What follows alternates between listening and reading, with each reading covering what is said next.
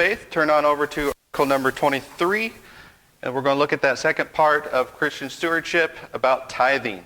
Tithing.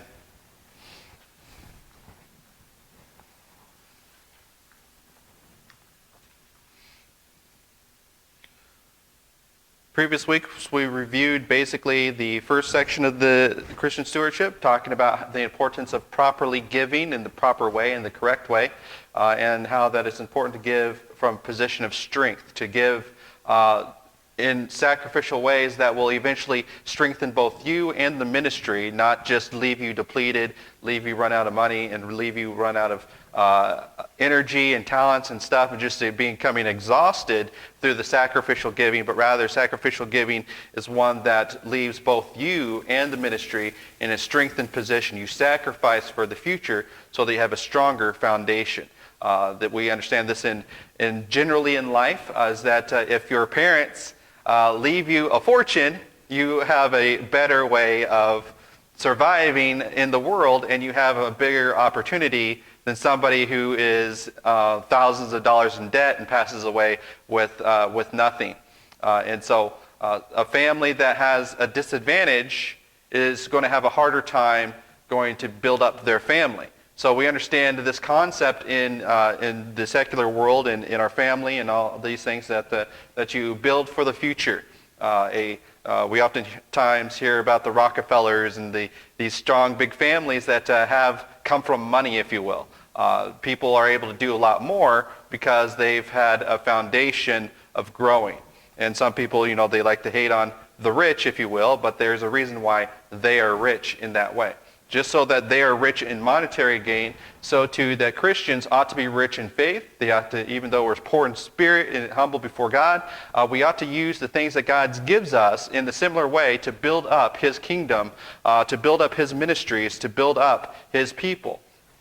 And if we do it properly, then when we sacrifice, when we do those hard hours, when we work on getting talents and treasures and things, it'll be not for just giving off to somebody when we pass away that we perish without them and that there's no spiritual gain. We want to live our lives in a way that when we sacrifice our time, talents, and treasures, is to benefit us spiritually, benefit our family spiritually, benefit our churches spiritually, and give that strong foundation so that they have a strong way to go into the future. Just like they say in the scriptures, where they shall speak with the enemies at the gate. You got to build up your family so that eventually they can be those strong people, that they can have that strong community that can build a gate, that can defend themselves against the enemies, if you will. Same way it is physically, so too we have a spiritual obligation to focus on building those foundations, sacrifice for those foundations and make them strong, so that when we do give, when we do the service of the Lord, we do it from a position of strength and sacrifice rather than a position of sacrificing and being depleted and weakened at the end of the sacrifice. So here in this next section, we are looking at the tithe. In specific, we're looking at the Old Testament and New Testament scriptures regarding the tithe. In our paragraph, it says, "We believe tithes and offerings are part of the proper management of our individual resources for maintaining the tools and people needed to properly propagate the Great Commission as a church body, particularly in the areas of time, talent, and treasures. The Old Testament Israelites were obligated as a nation to give tithes and offerings to maintain the temple and the Levitical priesthood in order to maintain God's blessing on their land as a nation.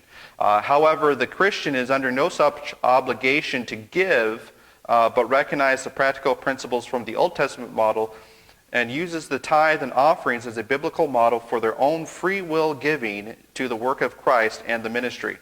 The tithe from our resources being the necessary minimum to continue and maintain the work and commission of Christ to which God has called us, and the offering to be to advance the causes as we are able without harming the necessary functions of the household." So going from the foundation we laid in Christian stewardship, we're talking about ministering from a position of strength.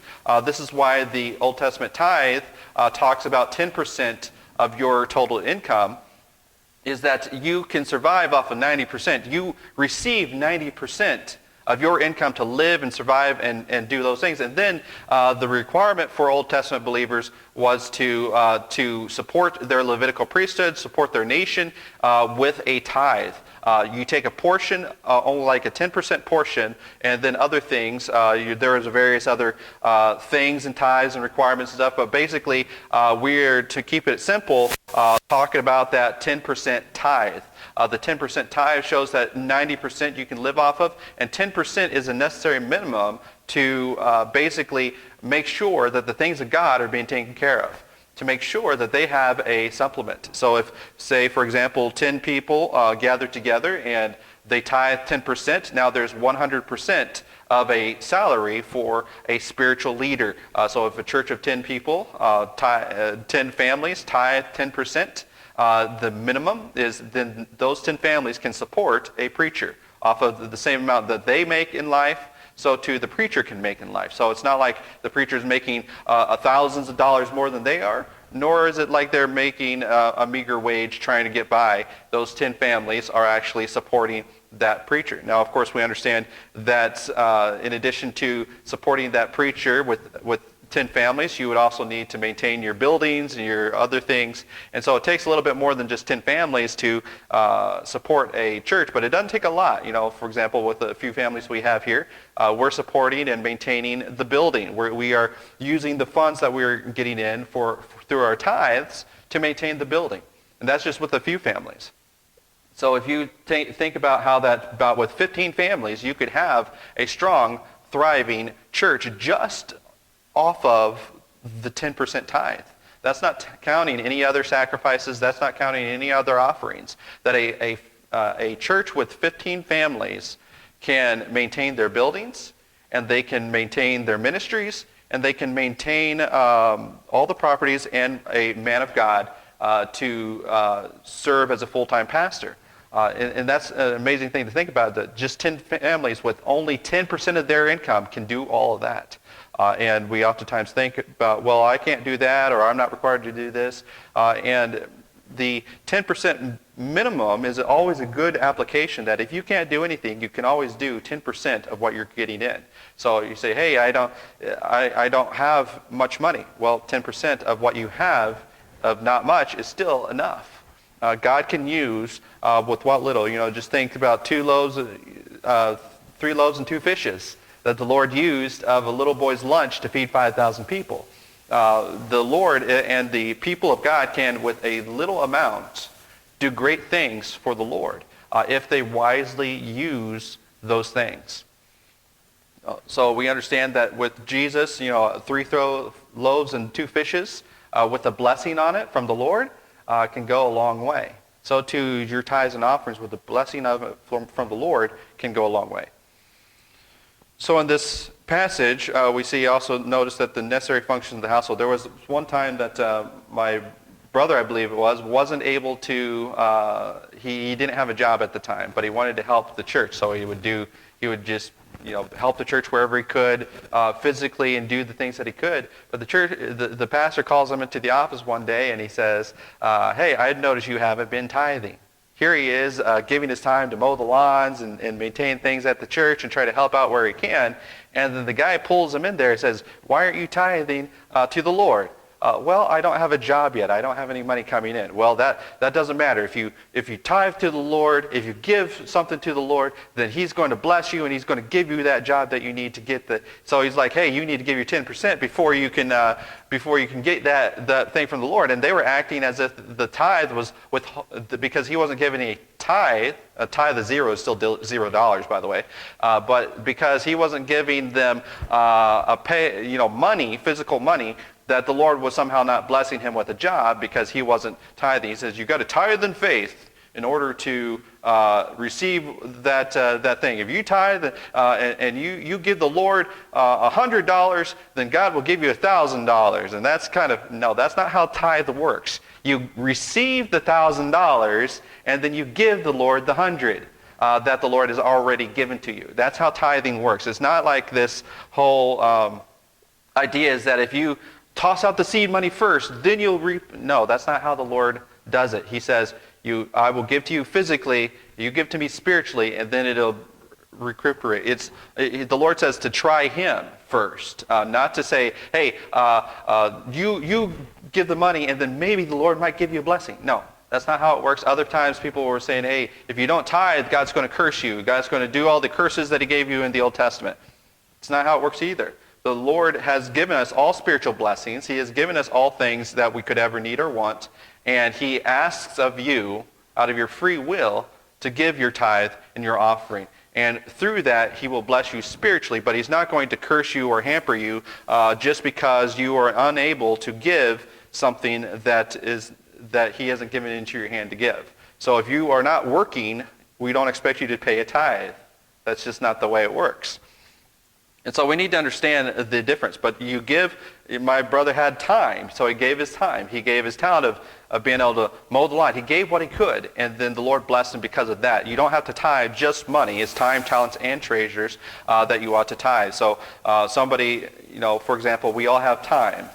So if God is giving you a week, you can give God a few, as your tithe of time, you can give God a couple services to Sunday morning, Sunday night, Sunday school, that sort of thing. If God has given you, if you've lived and been given of God a whole week's of time, are you able to give God maybe 10% of the time you have, a 24-hour day, in 2.4 hours or something like that? Are you able to pray? Are you able to do the things for the Lord that you need to do? And if somebody is going to church on Sunday is 3 hours there, maybe perhaps, and then more. So we understand that there is not a lot of requirements. People that say, "Oh, I can't do all these things." They spend more time doing the things that they want to do than the things of the Lord. So we need to learn to use our time, talents, and treasures in a way that God has given me this amount, I will give God that amount, and that's how it works. You don't try to tithe off of something you don't yet have, but you tithe off of things that you do have. And so that's how the tithe works. And then the tithe is the necessary minimum. If you just give your tithe, if everybody just gave their tithe in the biblical church, in the Lord's body, if everybody just gave their tithe of money, time, talents, and treasures, then they would be able to maintain all the things that God has asked them to do. The tithe is the minimum requirement to maintain the things that God has called us to do. And if we can do that, then we are in a good position. Now, the offerings are things that saying, hey, I know that if I just give my tithe, there will be plenty of money to do the things that God has called us to do, to maintain the buildings, to propagate the gospel, to take care of the man of God. If we just give our tithe, but I want to see things go a little bit faster. Sometimes things take a long time. So in order to get things rolling faster, you say, hey, not only am I going to tithe 10% to make sure the necessary things of the Lord are getting done, I have this extra that I have available. God has blessed me with being able to not only live off of my 90%, but I have less expenses than I normally do, so I can give a little bit extra. And that's where a merry heart comes in. You've built up your household, you have a position of strength, you have less expenses, and now in addition to 10% tithe, you can give an offering, a sacrificial offering, saying, hey, if our church had this ability or this ministry, but they only need a little bit of startup money, but I have the blessing of being able to start that ministry up. If we start that ministry up, then look at all the things that the church could do in addition to what we're doing now. But they need that little extra money. That's where offerings come in. Maybe they had an accident and something happened where they need a special offering. And that's where those offerings come in. Offerings are things where in addition to your 10%, you say, hey, I'm able to do a little bit extra. Faith Promise Missions is oftentimes based off of offerings, not your 10%, but based on saying, hey, I have a little bit of extra money. How about we support a missionary that goes to another country because I have the ability to do that from the Lord. That's where offerings would come in, to do extra that you want to invest spiritually into your future. Laying up treasures up in heaven. You're saying, I've maintained the necessary minimum. I've gone to the bank and I've gone to the traders, just like that man with one talent. The Lord said you ought to have given it to the exchangers. You've done that necessary minimum that the Lord has asked you to do. But you want to be that 10-talent person who's doing a lot with what you've been given. And that's where offerings come in. Offerings of time, talent, and treasure. You say, hey, I don't need to be paid for something. I'm going to give my time. That sort of thing. So here in this passage, these passages, we're going to look at several different aspects of tithe. First of all, we're going to look at the Old Testament free will tithe, and then we're going to look at the Israelite law tithe, where they're required to give. And then so we got, first of all, here in these paragraphs, they're broken down, the biblical references. It says Old Testament free will tithe before the law came in. And then we have the national tithe of Israel, and we're going to look at that. And then we got here in this passage the New Testament transition, the priesthood transition to Jesus and the Christians with the tithe.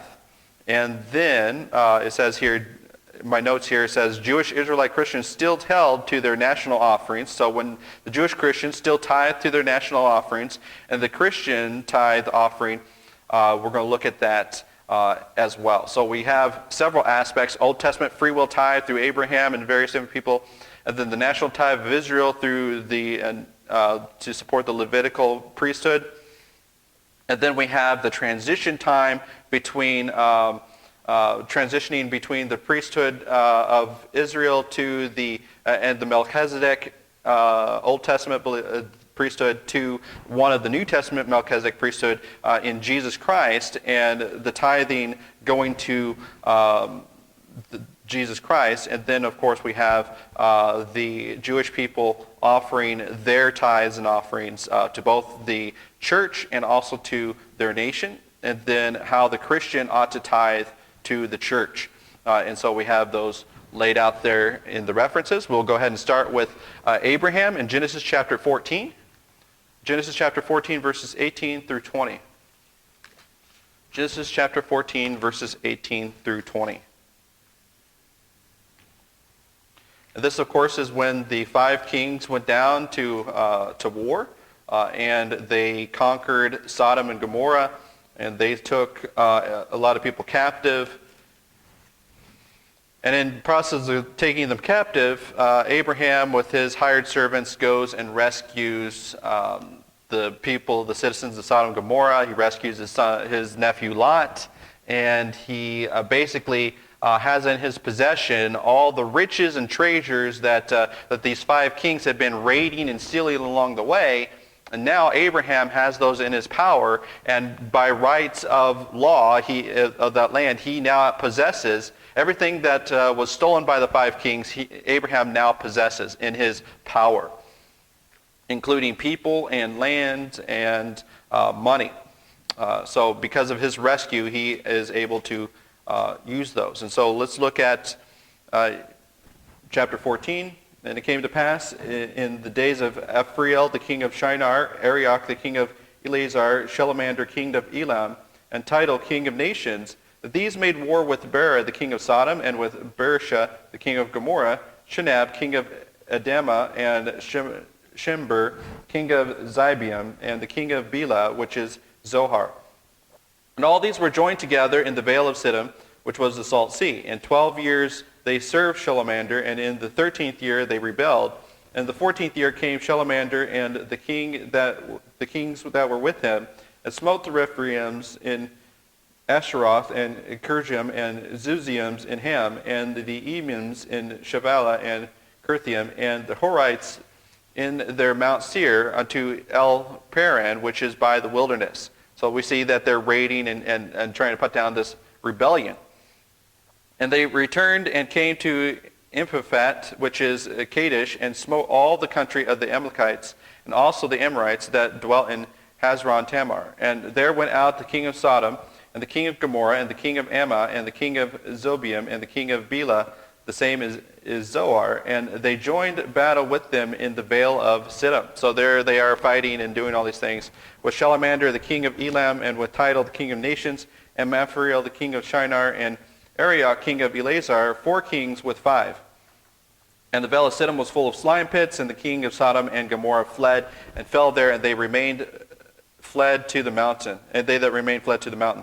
And they took all the goods of Sodom and Gomorrah and all their victuals and went their way. So they have all the Sodom and Gomorrah's things and people and things. They took Lot, Abraham's brother's son, who dwelt in Sodom, and his goods, and departed. So everything that was in those two cities he was able to take. And there came one that had escaped and told Abram the Hebrew, for he dwelt in the plain of Mamre, and Amorite, the brother of Eshcol, and the brother of Anar, and these were confederate with Abram. And when Abram heard that his brother was taken captive, he armed his trained servants, born in his own house, 318, and pursued them unto Dan. So he is using his resources to pursue this group of people who have taken Lot captive and his brother. And he divided himself against them and his servants by night, and smote them, and pursued them unto Habbah, which is in the left hand of Damascus, on the left hand of Damascus. And he brought back all the goods, and brought again his brother Lot with his goods, and the women also, and the people. Excuse me. And so notice there, he gets all the goods, his brother Lot, and his goods, and with the women also, and the people. And the king of Sodom went out to meet him after his return from the slaughter of Shelamander, and of the kings that were with him, and at the valley of Sheba, which is the king's dale. And Melchizedek, notice this part, and Melchizedek, king of Salem, brought forth bread and wine, and he was the priest of the Most High God. And he blessed him, and said, Blessed be Abram of the Most High God, possessor of heaven and earth.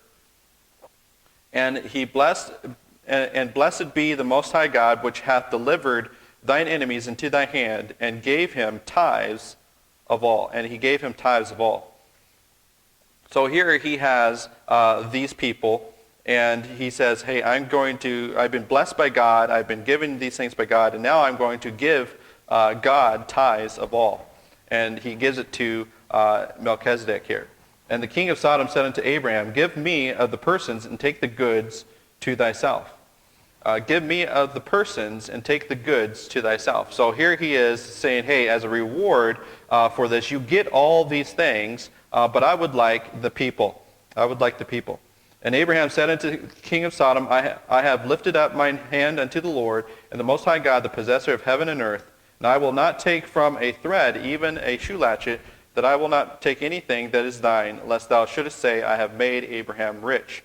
Save only that which is the young men have eaten, and the portion of the men which went with me, Anar, Ishchol, and Mamre, let them take their portion.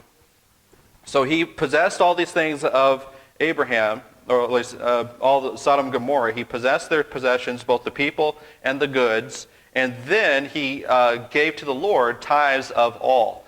Means that he tithed with 10% of the people went to the Lord, 10% of the goods went to the Lord, and then the rest he gave back to Sodom and Gomorrah. He gave them their citizens back. He gave them basically save that which the young men have eaten, and the portion of the men which went with me. And so basically, after paying the expenses of everybody, his trained servants, after paying the expenses of all these things, he says, hey, you can have the rest. So he tithed first. Notice this, he tithed first to God, to Melchizedek. He gave 10% of all, the people, the goods, everything to him. Then he paid the expenses of his employees. He paid the expenses of the people that supported him and gave to him. So he tithes, first of all, to the Lord. Then second of all, he pays his expenses. And then third of all, he gives back the rest of the money, the 90% that he had gained through this process, to the people, back to them. So he didn't take advantage of the situation, though it was his to possess. And so here in this passage, we notice the tithe, the 10% tithe of Abraham. It was in his possession. God blesses him. He obtains the material first. Notice he obtains the material first. He doesn't first go to Melchizedek and say, I'm going to tithe, I'm going to go and I'm going to basically rescue Lot. I'm going to go rescue Sodom and Gomorrah, and I'm going to give you this pre-tithe or this. No, he doesn't do that. He gives a tithe after he obtains everything. He gives the tithe, and then he does expenses, and then he gives back the rest that was in his possession, lest Sodom say that I have made him rich. And so we notice that he also gave tithes of all, most likely in addition to giving tithes of the things he possessed from Sodom and Gomorrah. He also gave tithes to those people. He also gave tithes of the things that he had possessed in his hands as a total. So we see that here in this passage, the portion of the Lord. And so let's go ahead and go over to Genesis chapter 28. Genesis chapter 28.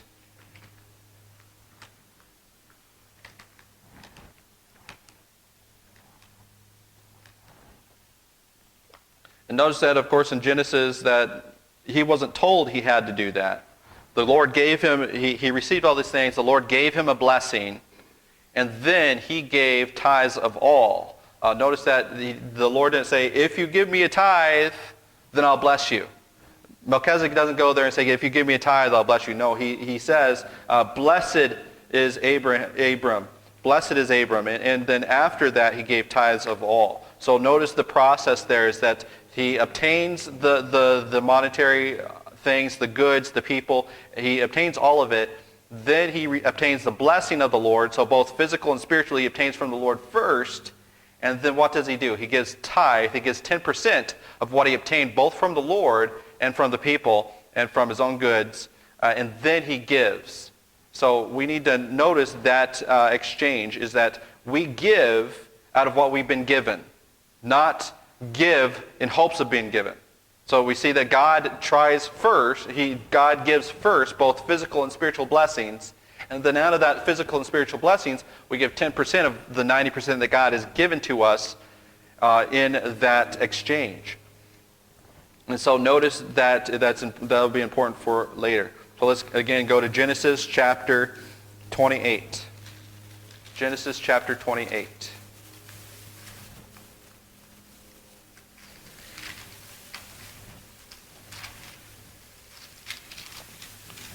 Verses 20 through 22. This now is Jacob. Isaac calls Jacob. And so verse 20 is, Jacob vowed a vow, saying to God, if God will be with me and will keep me in this way, that I go, and I will give me bread to eat and raiment to put on, so that I come again to my father's house in peace, then shall the Lord be my God. And this stone which I have set for a pillar shall be God's house, and all that thou shalt give me, I will surely give a tenth unto thee. So notice the process again. God gives, God takes care of, God provides, then you give, because of his blessing, you give the 10%. If anybody tries to say it's the other way around, or you give out of something that you don't yet have, then that's not how the tithe works. The tithe is, first of all, from what God has given to you first. So what God has given to you first. And notice here in this passage that let's go with verse 10. Of course, this is when Jacob has fled from them. Jacob obeyed his father and his mother and was gone to Padan-aram.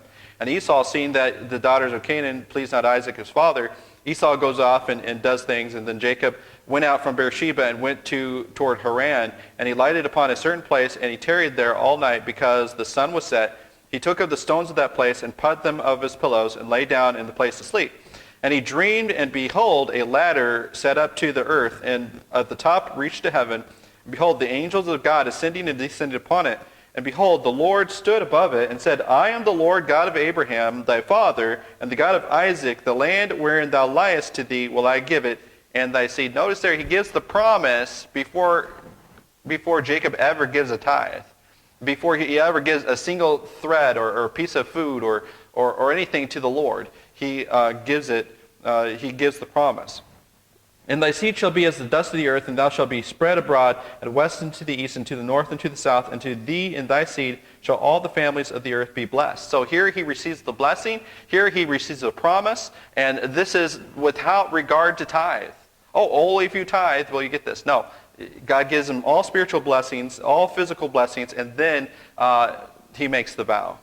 And behold, I am with thee, and I will keep thee in all places whither thou goest, and will bring thee again unto the land, for I will not leave thee until I have done that which I have spoken unto thee. So notice, no requirement of tithe whatsoever within this passage. And Jacob awakened out of his sleep and said, Surely the Lord is in this place, and I knew it not. And he was afraid and said, How dreadful is this place! This is none other but the house of God, and this is the gate of heaven. So he sees, this is God's blessing, this is God doing these miracles and wonderful things for me.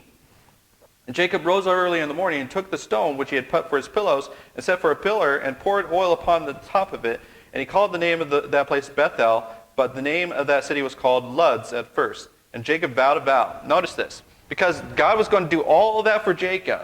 Jacob says, now, because that's what you're going to do for me, I'm going to support that physically by one day building a temple here, building a place of God here. And this is Bethel, where the first tabernacle, when the tabernacle came back into Israel, this is where the tabernacle was placed in Bethel. And so he says, saying, if God will be with me and will keep me in this way, then I will go and give me bread to eat and raiment to put on, so that I come again to my father's house in peace. Then shall the Lord be my God, and this stone which I have set for a pillar shall be God's house. And of all that thou shalt give me, I will surely give the tenth unto thee. So this is his promise back to God. Hey, because you're doing all that for me, I want to, in a vow, I want to be sure that I'm supporting your ministries here on this earth. I want to make sure that you get a physical building so that people can come and receive the same blessings that I have. So here, the spiritual is given, the blessing is given, the promises are given, and then Jacob says, hey, I don't have anything now, but whatever you give to me, I'm going to give back to you spiritually. The physical, monetary things, I'm going to give back to you. Whatever you give me, I will surely give a tenth unto thee. And so this is how the tithe works. It's a promise on our part to support the things of God. To support the things of God so that other people can receive of this blessing. And so that's why it's important to understand that the tithe is not something that you have to give first, but rather it is tithe that you get to give out of the blessings that the Lord has given to you. The Lord loveth a cheerful giver. The giver is cheerful and grateful for the things that God has given to him, and he is with joy giving back to God his 10%. Here, he's been blessed of God. He says, if you give me these things, I will be sure to give back to you. The Lord, when he gives to his servants, will give knowing that that servant will be grateful and give back and work for him and do the things that he ought to do. And so he doesn't put a requirement on giving the money first in order to receive the blessing. He gives the blessings, he gives the promises, and then in gratefulness, Jacob returns a 10%, a tithe, to the Lord. And that's all that is asked of him. Or he's not even asked of the tithe. He is vowing a tithe to support the Lord's work. So too, it ought to be with us. So at that point, we're going to go ahead and look at the national tithe next week, about how that though the tithe through Abraham, Isaac, and Jacob is a free will tithe, and of course we understand that our New Testament tithe is based upon before the law came, based upon the Abrahamic covenant and the Abrahamic promises, and it is based upon not their promises but a free will tithe to support the things of God. The principles that are placed upon the Scriptures is what we look to. So at this time, let's go ahead and end there, and we'll take up the national tithe next week. Let's pray. Heavenly Father, thank you for these passages. Thank you for the opportunity to consider your word regarding tithing. Lord, I pray that you'll just help us to understand the importance of tithing properly and to be aware of those things that people try to do to make us give tithe and offerings in the wrong way where it depletes us, but rather through our blessings that we receive from you, we are able to gratefully and abundantly give of those things that you've given to us previously. Lord, I pray that you'll just help us understand this principle. In Jesus' name I pray. Amen.